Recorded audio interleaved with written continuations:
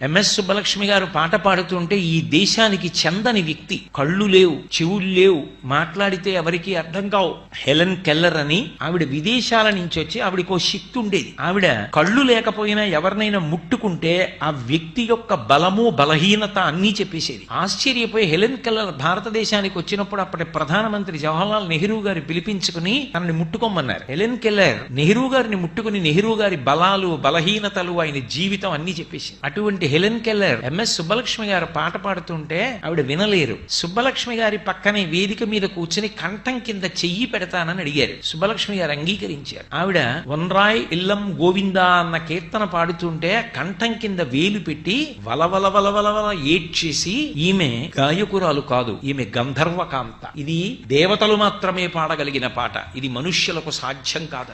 ఇన్ని కష్టాలలోంచి వచ్చిన ఎంఎస్ సుబ్బలక్ష్మి గారో తెలుసా? చిన్నతనంలో ఎంఎస్ సుబ్బలక్ష్మి గారిని ఇంటికి తీసుకెడుతున్నారు వాళ్ళ అమ్మగారు. ఆవిడ ఎంత కష్టపడి పెంచిందో మహాతల్లి. షణ్ముఖవడివు పేరు, మధురైలో ఉండేవారు. మధురై షణ్ముఖవడివు సుబ్బలక్ష్మి ఆవిడ పేరు. ఆ తల్లి ఇంటికి తీసుకెళ్లి అన్నం పెడితే కూర వేయడానికి పచ్చడి వేయడానికి లేక మజ్జిగలో నీళ్లు కలిపి పల్చటి మజ్జిగ అన్నంలో పోస్తే పక్కింట్లో మంచి వంటలు చేసుకున్న వాసన వస్తోంది. సుబ్బలక్ష్మి గారు హఠం చేశారు, నేను తినను, నాకు కూర కావాలని. కూర తినడానికి కూడా నోచుకోలేనంత దరిద్ర్యం అనుభవించినటువంటి తల్లి తరువాతి కాలంలో కోట్లు సంపాదించి తృణప్రాయంగా ₹1 తాను ఉంచుకోకుండా సమాజానికి దానం చేసి, అందుకు కదూ ఇప్పటికీ స్మరిస్తారు ఎంఎస్ సుబ్బలక్ష్మి గారంటే. ఎంఎస్ సుబ్బలక్ష్మి గారికి తల్లి మధురై షణ్ముఖవడివు అంటే ప్రాణం. అమ్మ అంటే అంత గౌరవం, భర్త సదాశివం గారంటే అంత గౌరవం. ఆవిడ ఒకప్పుడు ఇంటర్వ్యూలో విలేకరులు అడిగారు, మీరు జీవితంలో ఏం కోరుకుంటారని అడిగారు. నా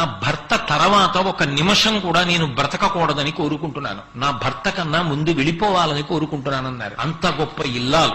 ఆఖరణ ఆవిడ ప్రాణత్యాగం అయితే, ఆవిడ శరీరం వదిలిపెట్టేస్తే పరిగెత్తుకొచ్చిన మొదటి వ్యక్తి ఎవరో తెలుసా?